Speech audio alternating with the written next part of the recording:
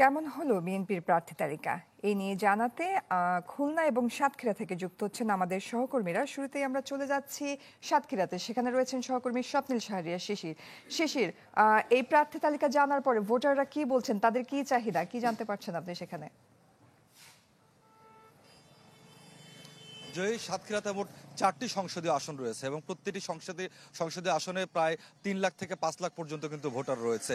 এবং বাংলাদেশ জামাতে ইসলামের যে প্রার্থীরা রয়েছেন এই 4টি আসনের প্রার্থী কিন্তু পূর্বে নির্ধারণ করা হয়ে গিয়েছিল এবং তারা কিন্তু প্রচারণা করছিলেন। এবং বিএনপির যারা সম্ভাব্য প্রার্থী ছিলেন অথবা যারা মনোনয়ন প্রত্যাশী ছিলেন তারা কিন্তু নির্বাচনের মাঠে ছিলেন এবং সেইভাবে প্রচারণা চালাচ্ছিলেন এবং ভোটারদের দ্বারা যাচ্ছিলেন। গতকাল বিএনপি যে 237টি আসনের সম্ভাব্য প্রার্থী তালিকা চূড়ান্ত করেছে, সেখানে কিন্তু সাতক্ষীরার 4টি আসনেরও নাম রয়েছে। এবং এই সাতক্ষীরার 4টি আসনে এই নামগুলো নির্ধারিত হওয়ার পরে তাদের যে সমস্ত প্রার্থী রয়েছেন তাদের প্রচারণা কিন্তু আরো বেগবান হয়েছে বলে কিন্তু আমরা দেখতে পেয়েছি। গতকালই কিন্তু আমরা দেখতে পেয়েছি অনেক প্রার্থী গভীর রাত পর্যন্ত ভোটারদের দ্বারে গিয়েছেন এবং তাদের যে লক্ষ্য উদ্দেশ্য এবং ভোটারদের জন্য কি কি করবেন সেই প্রতিশ্রুতির কথাই কিন্তু তারা তুলে ধরছেন। তবে সাতক্ষীরা 2 এবং 3 আসনে বিএনপি যে সম্ভাব্য প্রার্থী তালিকা ঘোষণা করেছে তার বিপরীতে কিন্তু অন্যান্য যারা মনোনয়ন প্রত্যাশী ছিলেন তাদের কয়েকজন সমর্থক কিন্তু ক্ষুব্ধ প্রতিক্রিয়া ব্যক্ত করেছেন। এবং আমরা সাতক্ষীরা 2 আসনে দেখতে পেয়েছি একজন প্রার্থী আব্দুল আলিম, তার সমর্থকরা মশাল মিছিল করেছেন। এবং সাতক্ষীরা 3 আসনে ডাক্তার শহীদুল আলম, যিনি বিএনপির আরেকজন মনোনয়ন প্রত্যাশী ছিলেন, তার সমর্থকরাও কিন্তু বিক্ষোভ করেছেন।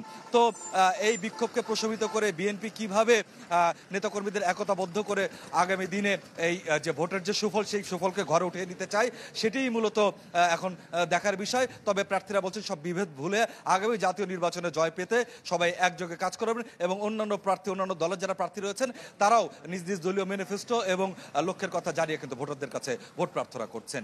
জয়ী। শিশির, ধন্যবাদ আপনাকে। দর্শক, আমরা দেখতে পাচ্ছি আমাদের সাথে যুক্ত হয়েছেন সহকর্মী বেলাল হোসেন সজল। সজল রয়েছেন খুলনাতে। সজল, সেখানকার প্রার্থীরা কি বলছেন, বিএনপির এই যে প্রার্থী তালিকা তারা জানতে পেরেছেন, তাদের প্রতিক্রিয়া কেমন দেখছেন আপনি সেখানে?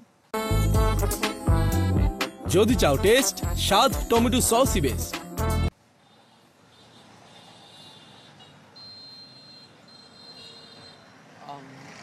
বরাবরই এখানে নির্বাচনকে ঘিরে খুলনার যে 2 আসনটি সেটি সবসময় আলোচনায় থাকে। সেই আলোচনার কেন্দ্রবিন্দুই ছিল নজরুল ইসলাম মঞ্জু, যিনি দীর্ঘ 4 বছর যাবৎ খুলনার রাজনৈতিক মাঠে একটু পিছিয়ে ছিলেন, যেহেতু তার 2021 সালে তার যে পদটি মহানগর বিএনপির পদ, সেই পদটি চলে যাওয়ার পরে তিনি বিক্ষোভ বা এই যে দলের বিপরীতে কথা বলার কারণে তিনি কিন্তু সেই পদ থেকে স্থগিত ছিল। পরবর্তীতে গতকাল যখন এই যে বিএনপির মনোনয়ন ঘোষণা করা হয়, সেক্ষেত্রে নজরুল ইসলাম মঞ্জুর নামটি যখন আলোচনায় আসে তখনই কিন্তু খুলনার রাজনীতির নতুন একটা মেরুকরণ তৈরি হয়েছে।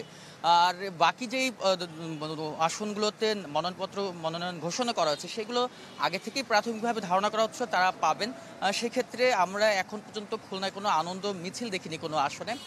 তবে যেটি বলা যায়, খুলনা বিভাগের যে 35টি আসন রয়েছে, 35টি আসনের মধ্যে 26টি আসনে মনোনয়ন ঘোষণা করা হয়েছে। বাকি যে 9টিতে ঘোষণা করা হয়নি তার মধ্যে কিন্তু দেখা যাচ্ছে বাগেরহাটের 1, 2, 3, ঝিনাইদহের 1, 2, 4 এবং যশোরের 5, নড়াইলের 2 এবং খুলনা 1-এর আসনটি রয়েছে। এবং যদি বলা যায় এই যে 26 জনের মনোনয়ন ঘোষণা করা হয়েছে তার মধ্যেও কিন্তু অনেকেই বিপরীত যে প্রতিক্রিয়া, মনোনয়ন না পাওয়া তাদের কর্মীরা গতকাল রাতে আমরা দেখেছি মশাল মিছিল করেছেন এবং ক্ষুব্ধ প্রতিক্রিয়া জানিয়েছেন। তার মধ্যে কুষ্টিয়া 3 হচ্ছে, সাতক্ষীরা 2 এবং 3 এবং মেহেরপুর 2 এবং মাগুরা যে 2 আসনের যে রয়েছে মনোনয়ন প্রত্যাশী ছিল রবিউল ইসলাম নয়নের সমর্থকরা, তারাও কিন্তু বিক্ষোভ করেছে। সব মিলে যে বলা যায় যে এখন এই বিক্ষোভ যারা করছেন বা মনোনয়ন প্রত্যাশী যারা ছিলেন তাদেরকে একত্রিত করে দল আবার কিভাবে কাজ করবেন সেটাই কিন্তু ভাবছেন। এই ছিল আমার কাছে খুলনা থেকে মনোনয়ন প্রত্যাশীদের সবশেষ।